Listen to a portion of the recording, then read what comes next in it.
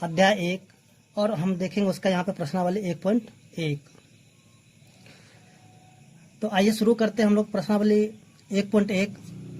आप लोग पास तो किताब होगा ही, आप लोग वहाँ से क्वेश्चन देख सकते हैं।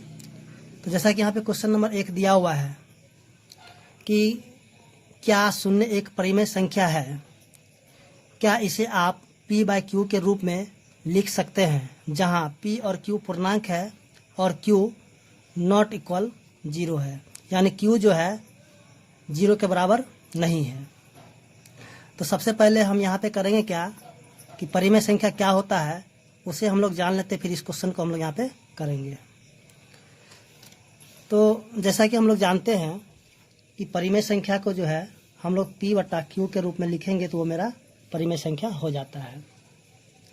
जैसे कि कोई भी नंबर हो, जैसे यहाँ पे 2 है, 3 है, -4 है, इसका 0 है, या फिर यहाँ पे 5/8 है, माइनस में 3/7 है, या फिर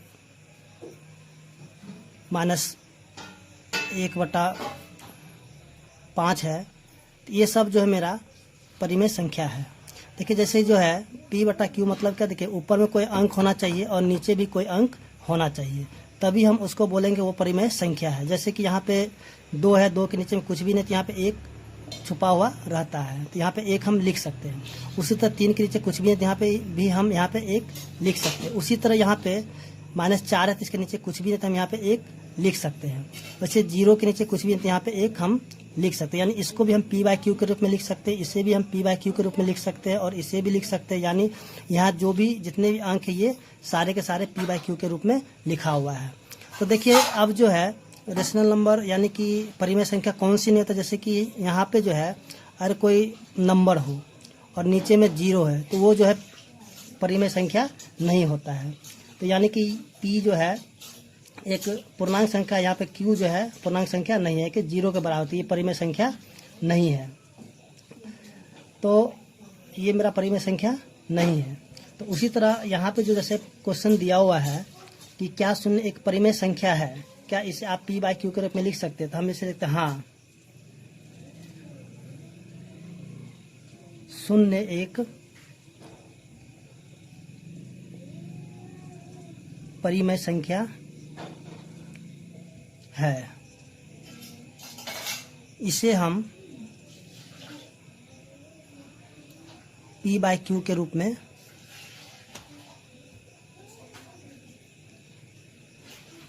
लिख सकते हैं। जैसे यहाँ पे 0 है और नीचे में कुछ भी नहीं, तो यहाँ पे 1 लिख सकते हैं। तो इस तरह से जो है मेरा क्वेश्चन नंबर 1 बन चुका है। उम्मीद करते हैं कि आप लोग भी इसे समझ लिए होंगे। अब हम इसका क्वेश्चन नंबर 2 को देखेंगे। तो जैसा कि यहाँ पे क्वेश्चन नंबर 2 दिया हुआ है कि 3 और 4 के बीच में 6 परिमेय संख्याएं ज्ञात कीजिए। तो देखिए इसे निकालने का बहुत सारा फार्मूला होता है, लेकिन हम यहाँ पे सबसे जो इजी फार्मूला है हम उसको यहाँ पे यूज करेंगे। जैसे कि यहाँ पे 3 है और यहाँ पे 4 है, तो इसको हम यहाँ पे लिख लेंगे 3 और यहाँ पे लिख देंगे 4। अब हम यहाँ पे निकालना कितना, 6 परिमेय संख्या। तो हम क्या करेंगे, 6 में जो 1 जो है आगे मतलब इसको बढ़ा देंगे, यानी कि 6 में 1 जो है 7 हो जाएगा। तो हम करेंगे क्या, 3 को जो है 7/7 से यानी कि 7/7 से गुना करेंगे। उसी तरह 4 को भी हम 7/7 से गुना करेंगे। तो यहाँ पे 3 को जब 7 से गुना तो हो जाएगा 21, और फिर 7 को जब हम यहाँ पे कुछ भी नहीं तो 1 है, तो 7 को 1 से गुना तो हो जाएगा 7। उसी तरह यहाँ पे 4 के नीचे कुछ नहीं तो 1 है, फिर ऊपर से ऊपर गुना करेंगे और नीचे से नीचे गुना कर देंगे। तो 7 को 4 से गुना तो हो जाएगा 28, और 1 को 7 से गुना करेंगे तो हो जाएगा 7। अब जो है 21 और 28 के बीच की जो संख्या है, तो उसके बीच की जो संख्या जो भी होगा उसे हम यहाँ पे लिख लेंगे। तो 21 के बाद हो जाता है 22, 22 के बाद हो जाता है 23, 23 के बाद होता है 24, उसके बाद 25, फिर 26, उसके बाद 27। तो यहाँ पे देखेंगे कि 21 और 28 के बीच में आ गया मेरा 22, 23, 24, 25, 26, 27। तो हम करेंगे कि यहाँ जो 7 है सबके नीचे हम यहाँ पे 7 लिख देंगे। तो इस तरह से जो है इसका जो क्वेश्चन नंबर 2 है यहाँ पे बन चुका है, और इसका जो आंसर जो है मतलब नहीं मिलता है। तो इसका जो है बनाने का बहुत सारा फार्मूला होता है, तो ये सबसे इजी फार्मूला है। तो उम्मीद करते हैं कि आप लोग को क्वेश्चन नंबर 2 समझ में आ गया होगा। अब हम यहाँ पे क्वेश्चन नंबर 3 को देखते हैं। जैसा कि हम लोग यहाँ पे देख रहे हैं, क्वेश्चन नंबर 3 दिया हुआ है कि 3/5 और 4/5 के बीच 5 परिमेय संख्या ज्ञात कीजिए। तो इस क्वेश्चन को भी हम लोग क्वेश्चन नंबर 2 की तरह ही करेंगे। जैसा कि यहाँ पे 3/5 है, इसको भी हम यहाँ पे लिख लेते हैं। फिर यहाँ पे 4/5 है, इसको भी हम यहाँ पे लिख लेते हैं। तो यहाँ देखेंगे दोनों का जो हर एक समान है, तो यहाँ पे हमको करना कुछ भी नहीं है। तो यहाँ पे हम देखेंगे, यहाँ पे हमें निकालना है 5 परिमेय संख्या। तो हम क्या करें, 5 में हम 1 बढ़ा देंगे, तो यहाँ पे हो जाएगा 6। तो यहाँ पे करेंगे क्या, ऊपर भी 6 से गुना और नीचे भी 6 से गुना। उसी तरह यहाँ भी ऊपर भी 6 से गुना और नीचे भी 6 से गुना। अब हम करेंगे क्या, ऊपर से ऊपर गुना और नीचे से नीचे गुना करेंगे। तो ऊपर से ऊपर गुना करते हो जाएगा 18 और नीचे से नीचे गुना करते हो जाएगा 30। उसी तरह ऊपर से ऊपर गुना करेंगे तो हो जाएगा 24 और नीचे से नीचे गुना करेंगे तो हो जाएगा 30।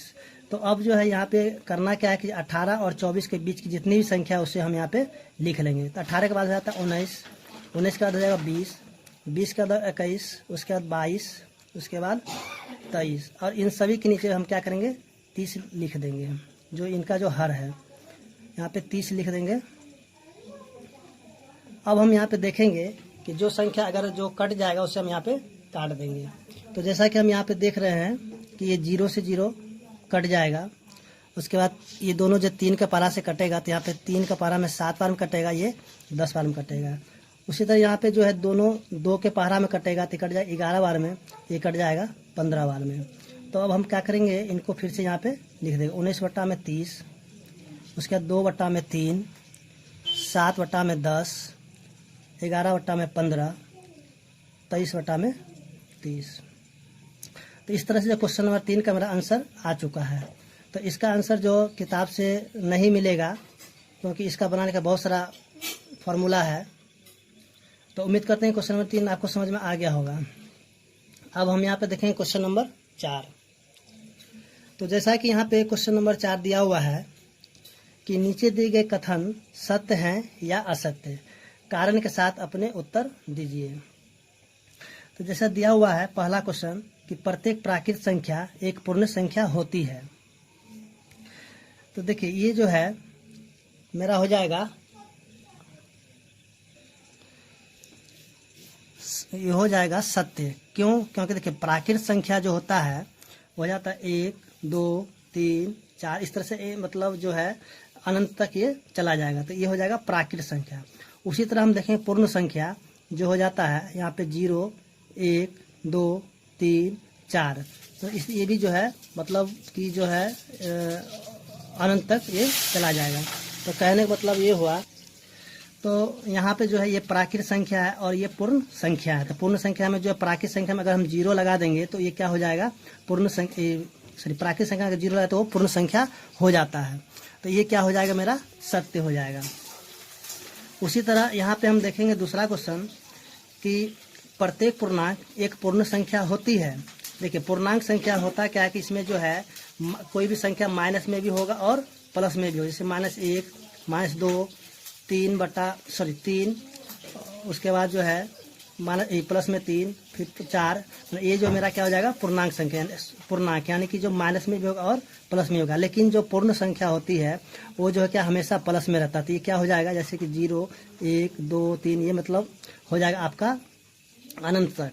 तो ये क्या हो जाएगा, ये असत्य हो जाएगा। क्योंकि ये जो प्रत्येक एक पूर्ण संख्या होती है तो ये हो जाएगा असत्य, क्योंकि यहाँ पे माइनस में भी ये सिर्फ प्लस में ही रहेगा। उसी तरह हम यहाँ पे देखेंगे क्वेश्चन नंबर 3 कि प्रत्येक परिमेय संख्या एक पूर्ण संख्या होती है। तो ये मेरा हो जाएगा असत्य। क्यों? क्योंकि देखिए परिमेय संख्या है जैसे कि 3/5 या फिर 4/9। तो ये जो है मेरा क्या हो जाएगा, परिमेय संख्या। और पूर्ण संख्या क्या हो जाएगी, यहाँ पे 0, 1, 2, 3, इस तरह से ये जो है अनंत तक हो जाएगा। तो ये भी क्या हो जाएगा, असत्य हो जाएगा। तो उम्मीद करते हैं कि क्वेश्चन नंबर 4 आपको समझ में आ गया होगा।